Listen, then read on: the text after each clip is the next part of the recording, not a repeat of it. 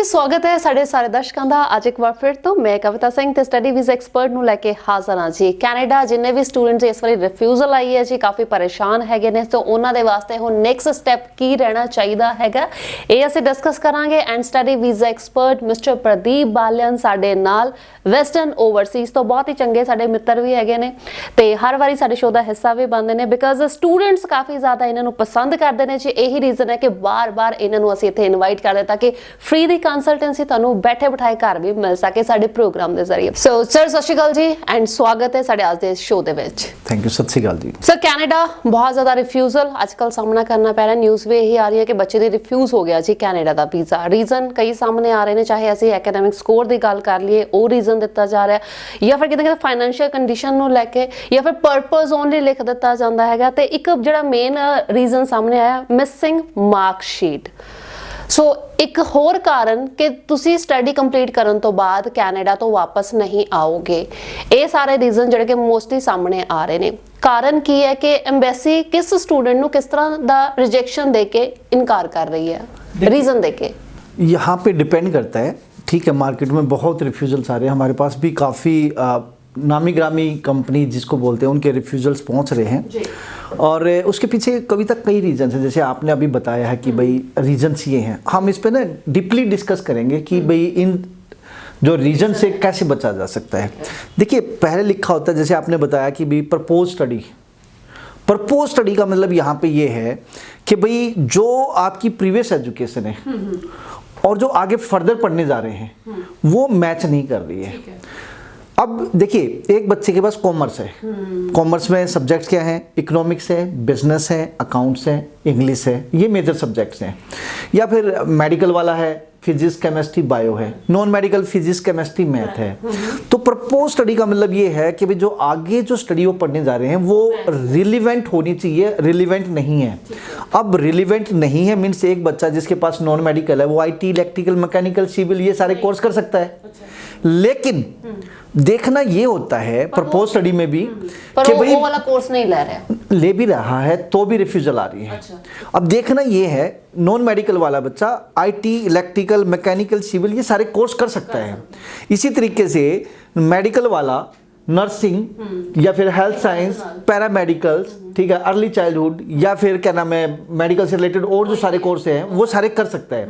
उसी तरह से कॉमर्स वाला बच्चा क्या नाम है बिजनेस मैनेजमेंट है, फिर अकाउंटिंग है, फाइनेंस है, एचआर है, मार्केटिंग ये कोर्स कर सकता है। बच्चा ये कोर्स करता भी है लेकिन फिर भी रिफ्यूजल आता है, लिखा आता प्रपोज स्टडी। मैं यहाँ डिटेल में क्या बताना चाह रहा हूँ यहाँ पे प्रपोज स्टडी में देखना ये होता है कि जो बच्चे के पास सब्जेक्ट्स हैं उन मेन सब्जेक्ट्स हैं उसमें किस में वो वीक है, अच्छा। किस में उसकी परफॉर्मेंस अच्छी है, जो कोर्स उसके पास है जिसमें परफॉर्मेंस उसकी अच्छी है जिस सब्जेक्ट्स में, जैसे मैथ में कम है बट फिजिक्स केमिस्ट्री में अच्छी है तो फिजिक्स केमिस्ट्री से रिलेटेड आगे बच्चे को भेजे, मैथ से रिलेटेड उसको आगे ना दें। अब होता क्या मैथ में कम है लेकिन हमने दे दिया इलेक्ट्रिकल, मैकेनिकल, सिविल, उसमें मैथ मेजर सब्जेक्ट होता है, पढ़ना होता है, फिर भी रिफ्यूजल आया। लिखा यही, वैसे देखा जाए तो जिसके पास फिजिक्स केमिस्ट्री मैथ है वो आईटी, इलेक्ट्रिकल, मैकेनिकल, सिविल सब कर सकता है, उसने सिविल में भेज दिया, इलेक्ट्रिकल में भेज दिया, मैकेनिकल में भेज दिया बट रिफ्यूज।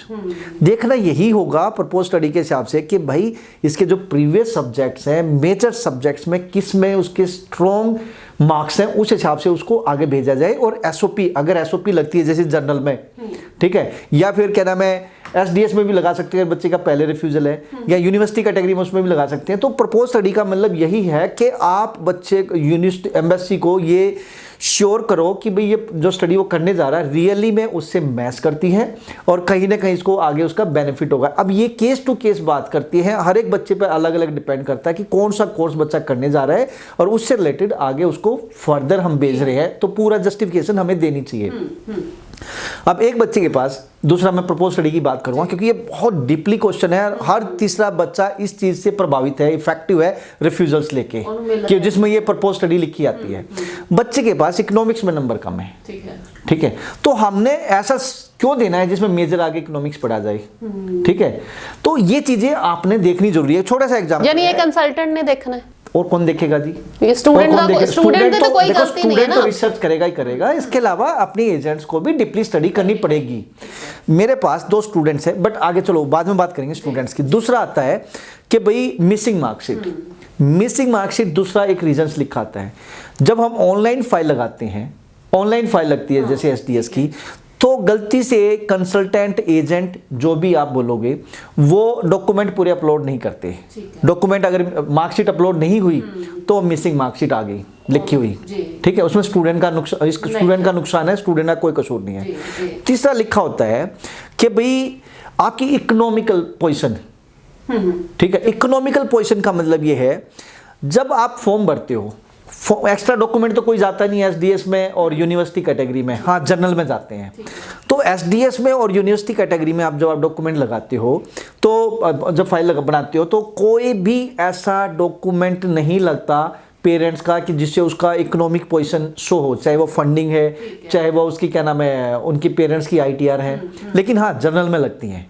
तो अगर जब लिखा आ गया कि भाई इकोनॉमिकल पोजीशन ठीक नहीं है, तो वो वीजा एप्लीकेशन फॉर्म में एक ही चीज होती है, आपके पास फंड्स कितने अवेलेबल हैं, वो कंसल्टेंट अच्छे तरीके से फिल नहीं करता। और इसके अलावा फैमिली के ऑक्यूपेशन पूछे जाते हैं, वो अच्छे तरीके से फिल नहीं होते।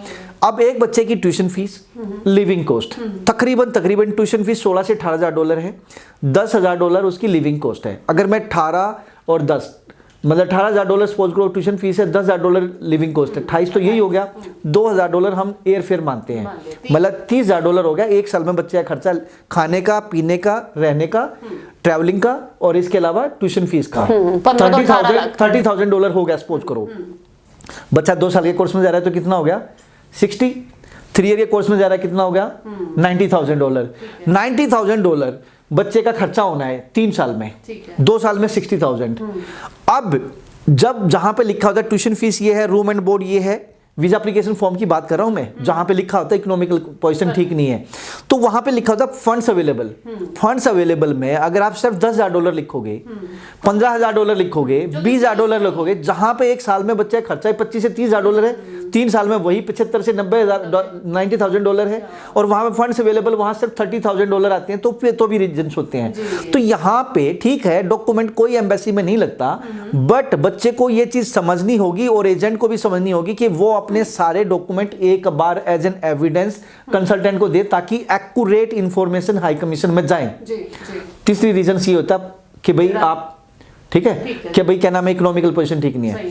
एक लिखा होता है जैसे आपने पूछा लास्ट वाला कि भाई स्टडी कंप्लीट करने के बाद आप अपना वापस नहीं आओगे, तो ये जब पोजीशन बच्चे की देखी जाती है कि इकोनॉमिकल ठीक नहीं है, ठीक है, या उसकी क्या नाम है प्रपोज स्टडी ठीक नहीं है, या फिर क्या नाम है उसके पास क्या नाम है प्रपोज कोर्स नहीं है, तो डेफिनेटली यही लिखेगी एम्बेसी अगले रीजंस में कि भाई आप इंडिया वापस नहीं आओगे।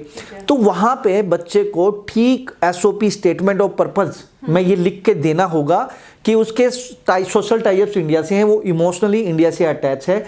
ये कोर्स जो करने जा रहा है, इस कोर्स को कंप्लीट करने के बाद किस टाइप की वैल्यू इंडिया में है, किस तरीके से वो कनाडा में ये पढ़ाई कंप्लीट करने के बाद इंडिया में जो लोकल एम्प्लॉइज हैं उनको कंपीट करेंगे। अगर ये अच्छे तरीके से दिया जाए, बताया जाए कि ये कोर्स कंप्लीट करने के बाद 3 साल 5 साल बाद कहां पे किस फिगर पे उसकी एनुअल इनकम होगी, ये वीजा ऑफिसर को सेटिस्फाई करना बहुत जरूरी है। अगर ये देना भी जरूरी है। जी, अगर ये चीज डेफिनेटली एसओपी का मतलब ही ये है कि भाई आप कनाडा जा क्यों रहे हो, कोर्स का बेनिफिट क्या हुआ और इसकी आपका किस तरीके से ये कोर्स आपको कंप्लीट करने के बाद आपको हेल्प करेगा। तो ये चीजें अगर सही तरीके से लिखी जाए तो वीजा सक्सेस रेट हाई होता है।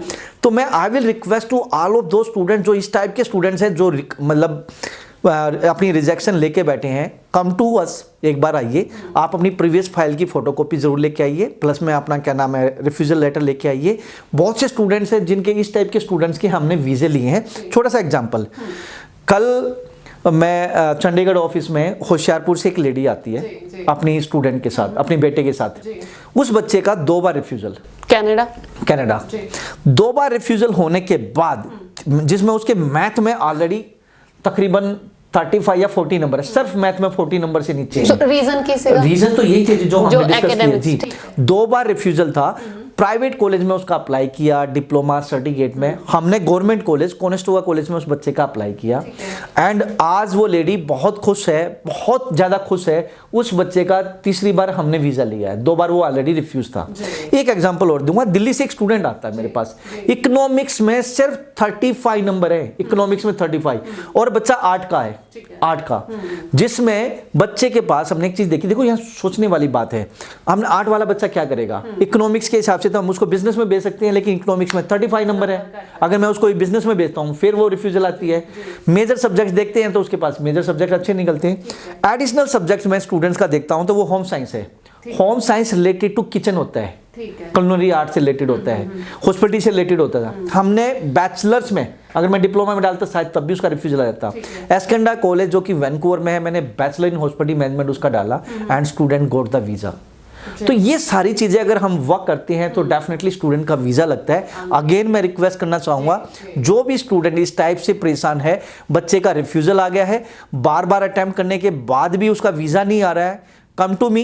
मेरे जलंधर, अमृतसर, चंडीगढ़, अंबाला, कुरुक्षेत्र, करनाल, सोनीपत एंड मेलबर्न, यहाँ पे ऑफिसेज हैं। जो भी आपको नियरेस्ट ऑफिस है, कम टू अस, अपने ओरिजिनल डॉक्यूमेंट लेके आइए, फाइल की फोटोकॉपी लेके आइए, प्लस रिफ्यूजल्स लेटर लेके आइए और टाइम लगा के आइए, क्योंकि मैं चाहता हूं कि आप मेरे साथ बैठे हैं 2-2.5 घंटे और हम इस तरीके से बच्चे का सॉर्ट आउट करें। जी बिल्कुल, क्योंकि बहुत ਸਾਰੇ ਸਟੂਡੈਂਟਸ ਇਦਾਂ ਦੇ ਸਾਨੂੰ ਵੀ ਦੇਖਣ ਨੂੰ ਮਿਲੇ ਜੀ ਜਿਨ੍ਹਾਂ ਦੀਆਂ ਰਿਜੈਕਸ਼ਨ ਪਹਿਲੇ ਆਈਆਂ ਹੋਈਆਂ ਸੀ, ਬਟ ਜਦੋਂ ਵੈਸਟਰਨ ਓਵਰਸੀਜ਼, ਕਿਉਂਕਿ ਇਹ ਸਿਰਫ ਇੱਕ ਤਰੀਕਾ ਹੈਗਾ ਜਾਂ ਅਸੀਂ ਕਹਿੰਦੇ ਇੱਕ ਟਰਸਟ ਹੈਗਾ, ਸਾਨੂੰ ਪਤਾ ਕਿ ਵੀ ਮੈਂ ਕਰ ਸਕਦਾ, ਮੇਰੇ ਤੋਂ ਇਹ ਹੋ ਜਾਏਗਾ, ਕਿ ਮੈਂ ਅਗਰ ਬੱਚੇ ਦੀ ਰਿਫਿਊਜ਼ਲ ਆਈ ਹੈ ਤਾਂ ਮੈਨੂੰ ਪਤਾ ਕਿ ਮੈਂ ਉਹਨੂੰ ਕਿਸ ਤਰ੍ਹਾਂ ਵੀਜ਼ਾ ਲੈ ਕੇ ਦੇ ਸਕਦਾ। ਸੋ ਇਸ ਦੇ ਨਾਲ ਜੀ ਦਿਓ ਇਜਾਜ਼ਤ, ਆਪਣਾ ਖਿਆਲ ਰੱਖੋ, ਸਤਿ ਸ਼੍ਰੀ ਅਕਾਲ।